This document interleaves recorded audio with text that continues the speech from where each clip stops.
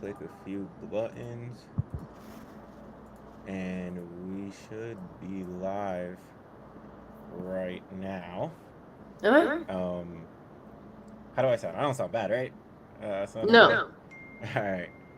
Word. Sounds good. I mean, we're here. Welcome everybody. It's lovely Thursday. I'm used to doing these on Tuesdays, and um, now they're on Thursdays. Wait, hold on. I'm seeing somebody saying, "Can you guys hear us? If you're in the chat, can you hear us?" Let's see. We might have to restart the stream. These never work right. We're still trying to work Yeah. on some of I the things. I am am echoing. echoing. Yeah. Like, I Like can I hear can hear myself myself after I after I say say it. it. Okay. Hold So on. that So might that be might be something. something. Yeah. Let's try this really quick. Wait, they're saying they can hear us. Hold on. Maybe I need to put my AirPods in. Um, shit. Hold on.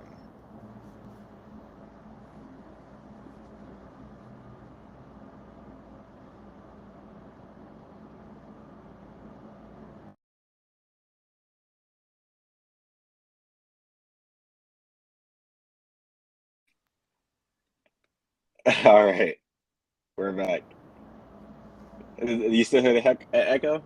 You still have an echo? Um, no, not No. anymore. Yeah, you sound different, but like good, I guess. Good, different. All right, sounds Yeah, good. it's Yeah, working.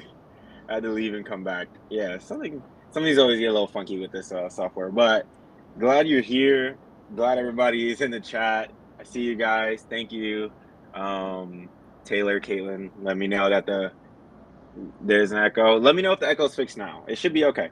But we're here. We're here with Claire. It's exciting. You made some life changing moves recently. And this session's all about you. If you have any questions for Claire, please drop them in the chat. Ask her anything about her. Ask her about social media, how to grow. Um, I just put out an APB in the Discord for questions, and people started coming at me, and I was like, "Oh shoot!" Like I thought I could get some questions beforehand to ask you, but people want to do it live. So ask some questions. We're here with Claire, our social media coach. How's it going? It's going good. Thanks for being here. But I want to start off. I want to be the first question because as a New Yorker, born and raised, I have to welcome you to New York. You know, New York Thank you. is my home. How do you feel? How's your transition been? For those who don't know, Claire just moved. Tell us about that. I'm jealous because sometimes I wish I could be in New York right now. Yeah, I moved from Michigan to New York on Friday of last week, so it's almost been a full week of me being here. It's definitely a lot different than Michigan. It's a lot louder, like traffic all the time and stuff, but I'll get used to it. I'm really excited. I really like my apartment, and I've had a lot of fun decorating different things and meeting up with different friends that live here. So far, so good. I went and shot some Instagram photos today. I'm feeling good. Right. I would say New York is the place to unlock your creative juices. Like, there's always something to do. It's always moving. Like, I mean, I've never been to Michigan, but it's definitely going to be different. Like, Yeah, for Michigan's a sure. lot slower. Yeah. I live in Atlanta now and it's slower, so. Hmm. That I'm super stoked for you. I'm super excited. Noah says, hey Noah, hope you doing good. Michigan City or state? Somebody is saying is there a difference? Like state of Michigan, like This in Ann yeah. Arbor. I live in Uh, between Ann Arbor and Detroit. Well, lived. Now I live yeah. in New York. Yeah. Hope that settles for you. Taylor from K and Taylor Fisher said I actually got inspiration from Claire's IG reels covers and revamped my own IG covers to give the channel a more aesthetic look. So you're I putting people love that. on. You're I putting take people my on. Instagram aesthetic very seriously. I Yeah. love reel covers. That's the only good thing about reels coming on to Instagram and it being more video focused. I love the reel covers and it really helps with the feed. I didn't know. So like what like level of detail are you putting into your IG reel covers? Me, I just started tweaking my TikTok covers and I got that from Taylor. So the fact that he got that from you means now I have to go to Instagram and start tweaking those covers over there. So how are you curating now? How are you thinking about that? Yeah, so I used to be like a lot more meticulous about my feed and having like all the colors match and like the same vibe and stuff. Now it's a lot more organic and a lot more colorful and stuff. Okay. Like just how I post is I do like one in feed photo like carousel, and then the next day I do a reel, so it's like just back and forth that way. So then I do like an in feed photo of myself, and then I do like a filler photo, I guess you would call it. But I Hmm. use it as my reel cover. I also like add text to all my reel covers, so when someone's looking at, since I post so many reels, looking at my reels page, you're able to like go through and figure out what video goes with what. Because even myself, when I was scrolling through trying to Hmm. find an old reel to like send to a brand or something, I wasn't able to sort through them all. So I think having text on them helps a lot. And I found that having nice reel covers helps with the engagement of it, just because more people are likely to click on it, even if the cover art never has anything to do with the reel. It's just a random nice photo that I've taken. But I do think it helps, just for organization, and you can keep it on your feed. That way you don't have to hide it and remove it. So just my personal preference. I like adding them in. Nice, nice, nice, nice. HW said New York City or state. Oh, okay. I was a little confused. I was a little confused. Um, Madeline says, would love to hear more about your creator story and how you got inspired to start content creation. Yeah, I mean, I've always really wanted to be a content creator. I remember in middle school, I would like watch YouTubers and be like, oh my God, this is what I want to do. And I thought I wanted to go into like film and video editing because I really like that whole aspect of YouTube and how you could chop it up and be so creative with it. So I thought that's where I wanted to go, with like my career. And in high school, I like shadowed a few like film editors and different like TV show editors, but I realized that they don't have any like creative freedom when like editing the film, and I wanted that creative freedom and like do what I want and like create the cuts that I wanted. So I kind of scrapped that idea. And then in college, I studied at University of Michigan in the School of Information. So it was like I specialized in user experience design and social media. So like app interface designs, which I really like that whole design aspect of it. But in the back of my head, I always wanted to be a content creator. My friends used to always like joke with me, like when we talk about dream jobs, be like being an influencer, like that's like my dream job. It always Hmm. has been. Um, and when the pandemic hit, I just kind of started going for it. I've always posted a lot of individual photos of myself, I guess, on Instagram. But since I had nothing to do, I was like, why not just put on an outfit every day, go outside and take a few photos Hmm. and just upload it? Because I was really worried about people's reaction and their opinions of me, which I actually just posted a TikTok about this today, talking about posting anxiety. Um, but once I started posting, I just kind of didn't stop and I just kept Hmm. going. And then in college, I did a few like college ambassador programs, which helped me connect with other creators who are my size. I'm like, oh, okay, there's other people out there doing the same thing that I'm doing, and I've watched them grow alongside of me. I actually met a girl today that was in one of my original ambassador programs, and we've like both grown together. So it's really cool. I would highly suggest like connecting with other people, Hmm. if you're like just starting out, because it makes you feel a lot less alone, and you're able to like see them grow, and just like abundance mindset, like opportunities that are available for them will be available for you. So it just helps you broaden the whole world. Hmm. Yeah, that's so dope. Yeah. I I think like I would have loved, I mean, because I started taking my TikTok a little bit more serious. I've been also inspired by Claire, what you've been doing, and just the community. So I've been like turning out some content, and I've been getting a lot of love. And it kind of helps that we created this community of creators to talk to and ping stuff off, and then me kind of make instead of vice versa, like making and trying to figure it out on my own and then finding this community. So it's definitely helped. I'm vibing with that. Find people that are like you or like doing similar things and like mesh and interact and gauge interest, get feedback. I love that. Yeah, and 100%. even if they're in your like town or something, ask to Yeah. take photos with them, or even I do a lot of like TikTok lives with other creators, and it's just kind of like podcast interview style. I mean, it's Mm, nothing formal. We're just chit-chatting, but that way you can like yeah. merge both your audiences together, and you can make like virtual connections that way. Like I have like, so many friends on the internet that I've never met in person, and I hope to meet Right. one day. But being able to create that community, because when you think about it, like it feels very isolating. Like it's Yeah. only me. Like I don't have any coworkers or anything.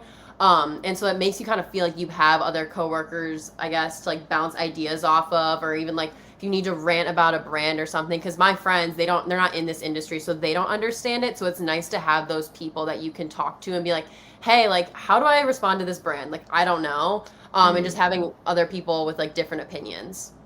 100%. 100% agree. We got some more questions. The chat is going crazy. Thank you guys for asking all these questions. Keep asking questions. We want to know more about Claire, more about her insight, her expertise, her moving to New York, which I'm stoked about. The next question from HWA says, have you ever put so much effort into one project, but it didn't get the results you wanted?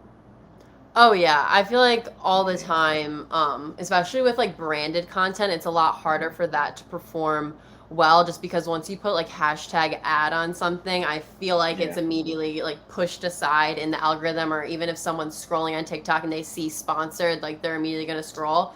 And a lot of like ad content, I feel like a lot of people put a lot of time into that because they want to impress the brand. You're super happy with it, you love how it turned out, and it just kind of like flops.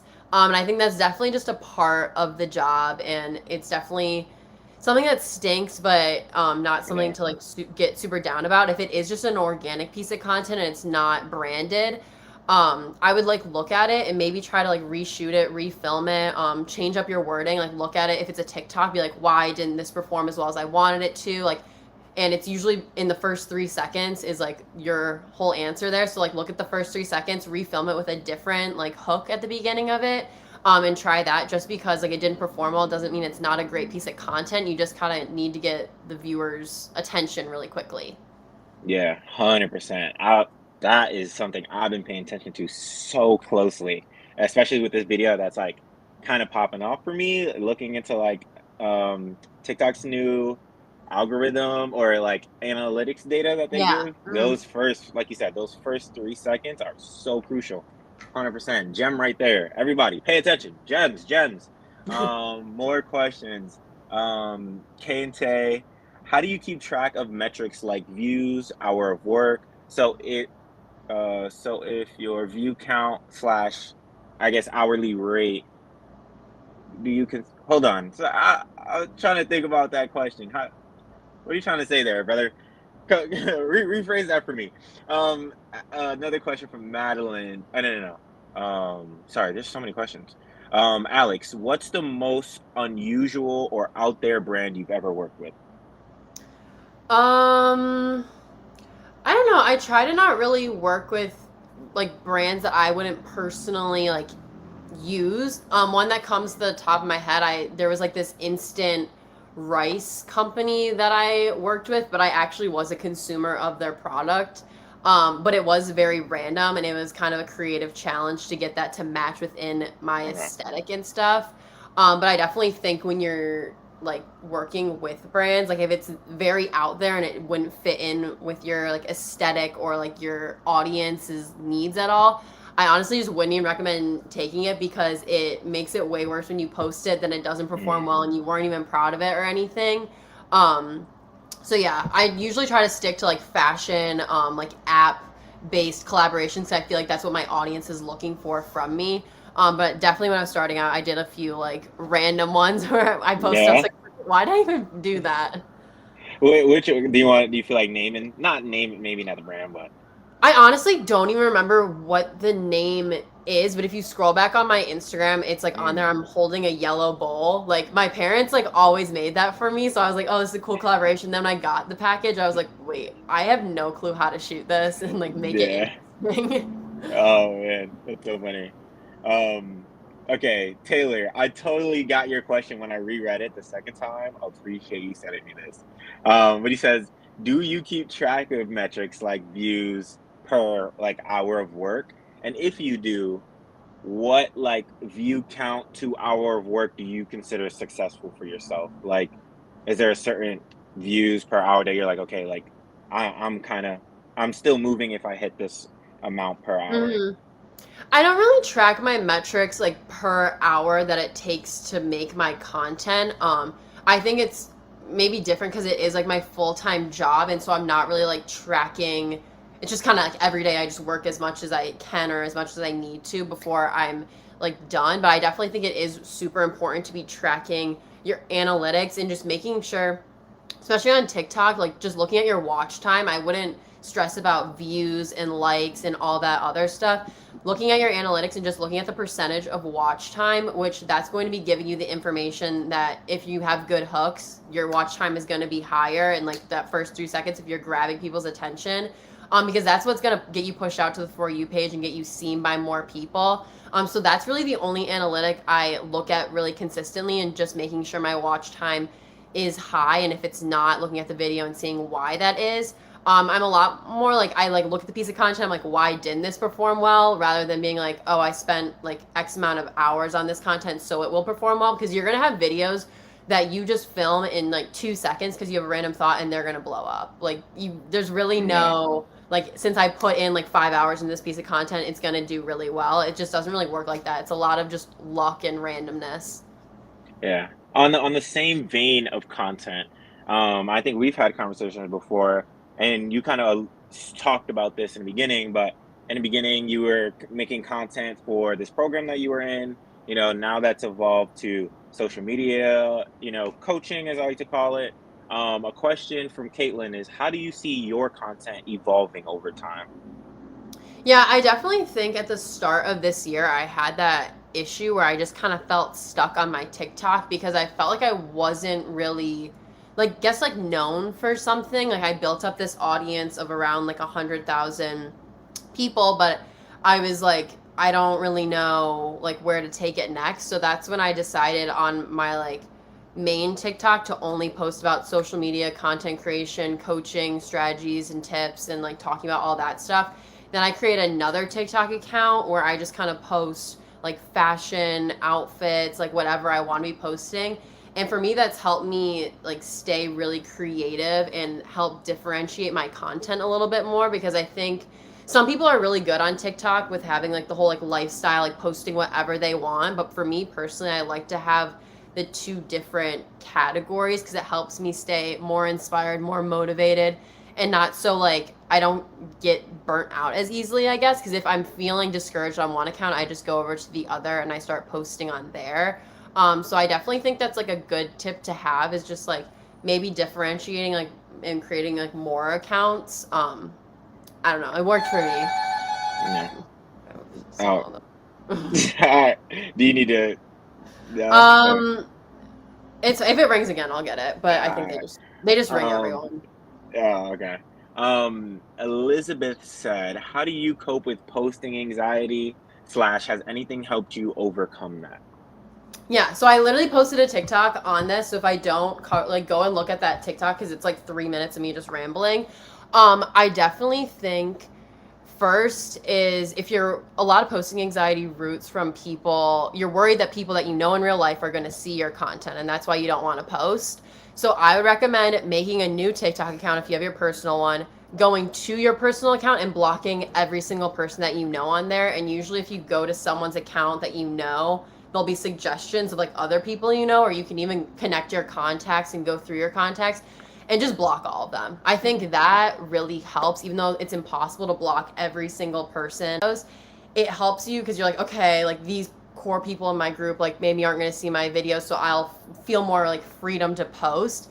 And once you start posting and like start doing it, and if it's something that you actually really enjoy doing it, you kind of don't care that much anymore. Like now, if one of my like friends sees a TikTok, or like if my aunt sees my TikTok video, I'm like, whatever. Like I'm still like a little ooh, like that's kind of weird, but you just kind of have to like move past that. And then another thing with like posting anxiety is people are worried like, oh, I'm gonna post this and it's gonna get like 2 views and like no one's gonna care about it.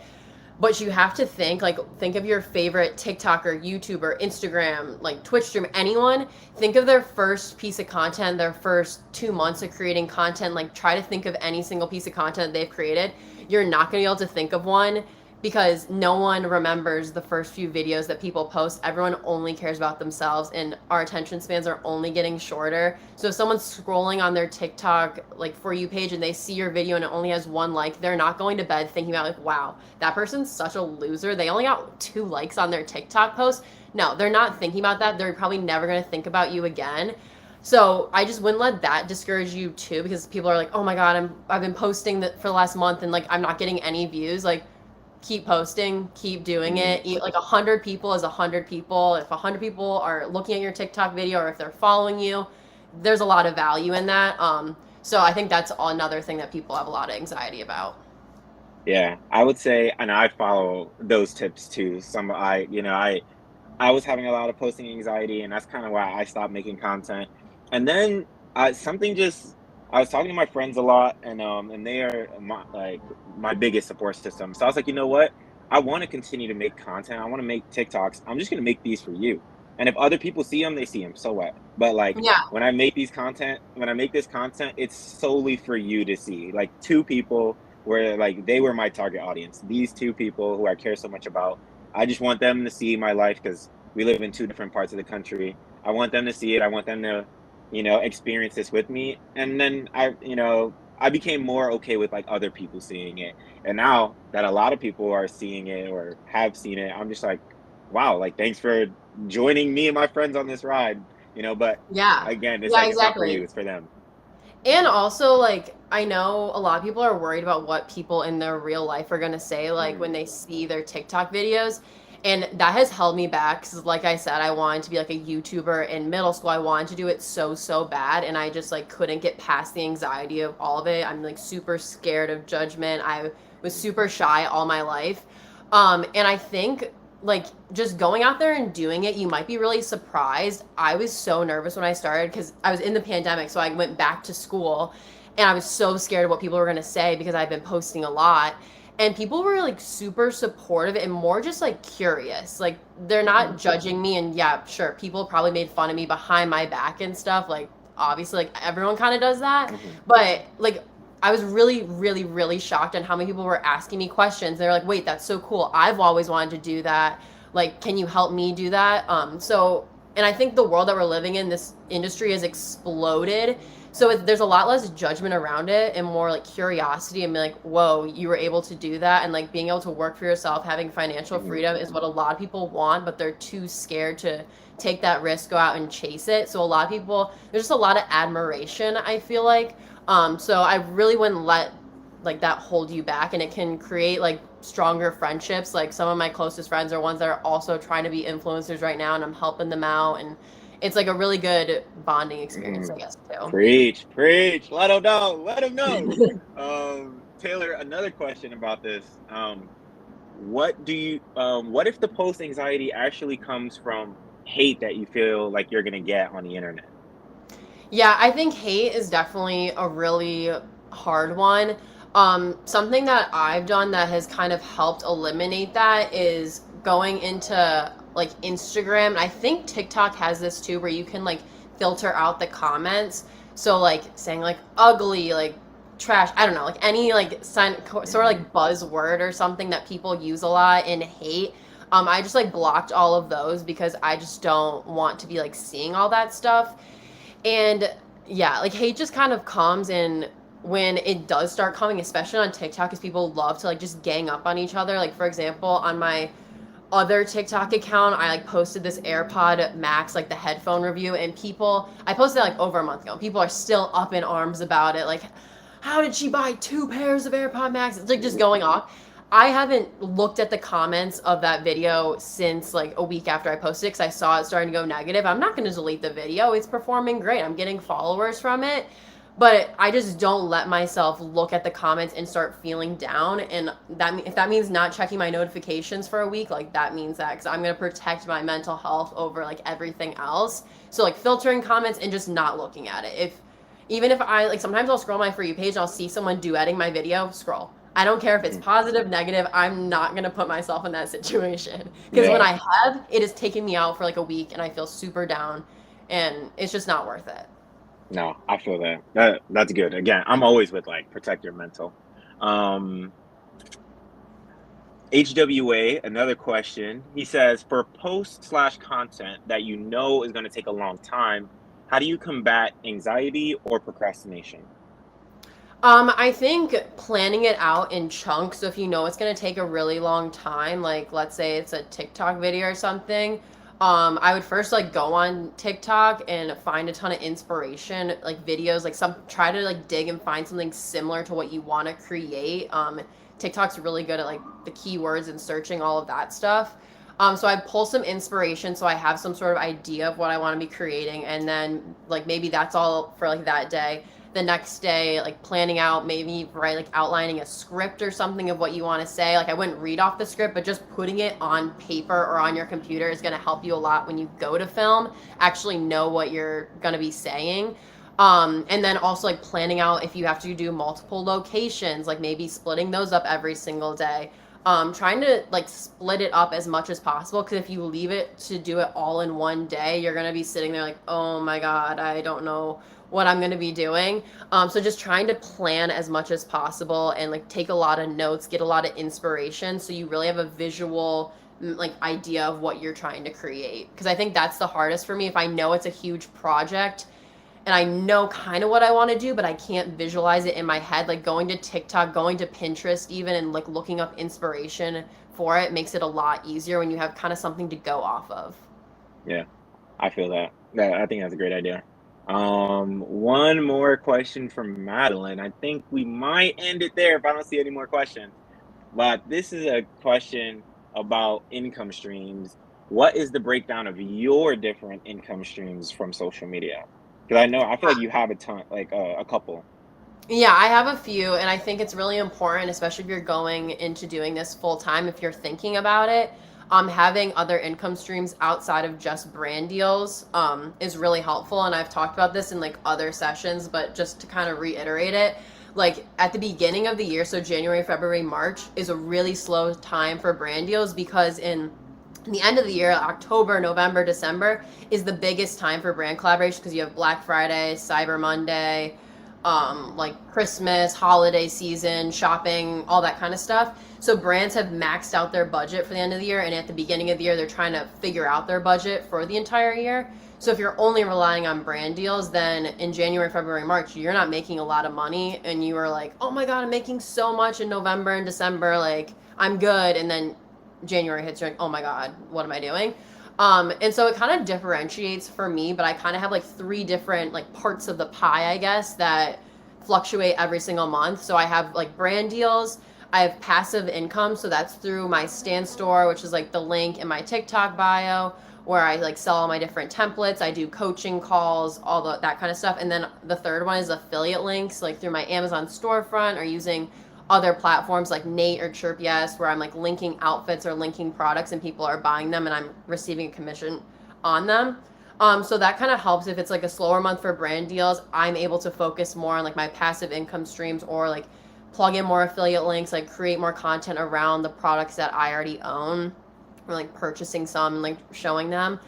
So it just makes it a lot easier. You're kind of like creating your own brand deal income that way. So that's like how I differentiate it, but there's like a ton of other ones that you can be doing as well. But I think passive income's a really great one, because you can like make these templates, or like resource or guides or whatever you think your audience would really benefit from, and then you don't have to touch it again. Like I'm gonna revamp mine in like the next few months, but like mine have been up for like over a year now and I haven't had to touch them. So it's like a really easy way to make consistent income every single month. Yeah, that's dope. And it kind of leads into my uh last question. I'll say this is my last question. We won't keep Claire longer, as she is now in New York. I want you to explore like that great, and I know you probably have a million content ideas.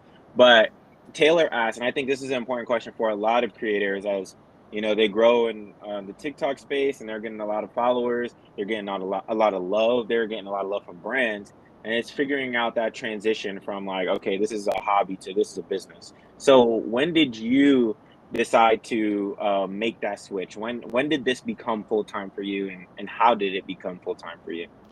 Yeah, so for me, it's a little bit different, I feel like, than other people, because I didn't have a job that I was going to quit. I finished my senior year of college, and I told myself over like the next like 3-4 months over the summer, basically, I was gonna give my all into it because it was really hard for me to balance school and brand deals and like going out and shooting and stuff. So I told myself I was gonna do like 3 months. I had enough saved up to where I could like just live off of that. And I noticed being able to put 100% into all my content really helped me grow. And from there, it was just a lot of like learning. So I like when I did that 3 month trial of going full time, I just kind of have continued going full time since. And it's like I definitely like last year, like looking at like how much I was making, I like wasn't making enough for like a full time income, and so you kind of have to be prepared. First transition into full time, you're not going to be making like a full time salary, so it's important to have some sort of savings. But once you start putting 100% into your content, you wake up every day and you're like, all right, I'm going to film every day. I'm going to do emails. I'm going to reach out to brands. Like you just have a lot more time to do different things. And so that's like where like the more income comes, where you're able to create passive income streams and you're able to like do affiliate links on your stories, because I know that takes a lot of time, like picking out and like taking all those links. And so it definitely like transitioned from like being a hobby into a full-time job, but it's also something that I really, really like to do. So it doesn't feel like a full-time job. Like I really like going out and like taking outfit photos today. Like I was just talking to my friend about it. I was like, this is my favorite part of the job. Just going, putting on a fun outfit and getting to take photos, and like the fact that that's my job is like a really cool thing. So it is just kind of like a hobby and a job merged together. It definitely gets stressful and overwhelming, but I think a lot of it is your time management, and creating your own schedule, because you don't have someone being like, okay, you need to be in the office at 8 a.m. and you need to work until 5 and you have all these different meetings. Which I'm like a really organized person already, so it was a good fit for me, but it also might not be a good fit for everyone. And that's when people bring in management, where they have someone doing all the emails for them and the scheduling for them. So it's definitely possible to do. It just kind of depends on how your lifestyle is and how you work yourself. For sure, for sure. I think that's a great place to end it. Thank you, everybody, for coming and asking questions. Claire, for being here. Oh my gosh! I mean, I think so many creators have already learned so much from you. I mean, they've even said it in the stream, but just from the content that you make online, the content that you've the conversations you've had with creators in Discord, it's been awesome. Create Claire is here. She's in the Discord. If you have any questions for her, check out her Instagram, check out her TikTok, see the packages and the offerings that she has. Get in touch with her if you need coaching. That's her job. That's what she does. That's what she loves to do. And I'm excited. I'm excited for you to explore New York City. We have our Infuse launch party coming up, so I'm excited Yeah, to see you. I'll Hopefully. be there. Yeah. And it's just awesome. Any last how are you feeling? How are you feeling right now? I love that question because it's just how are you feeling?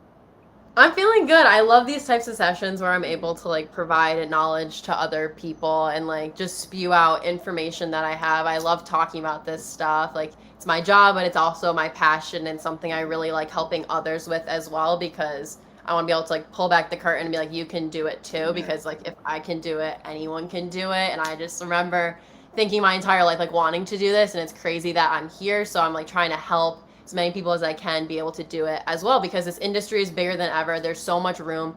There's room for everyone here, and there's opportunities that are always coming up. So I'm really excited to see everyone on this like live stream grow and just become successful in whatever they want to do. exactly. 100%. Claire, can you relink your socials? We'll relink her socials in the Discord so you guys can find her. Appreciate you being here. Excited, everybody who's hung out with us for the 35 minutes. Thank you for being here on this Thursday. Enjoy the rest of your day, Claire. Enjoy the rest of your day stream. I hope we see you around the Discord soon. We'll see you later.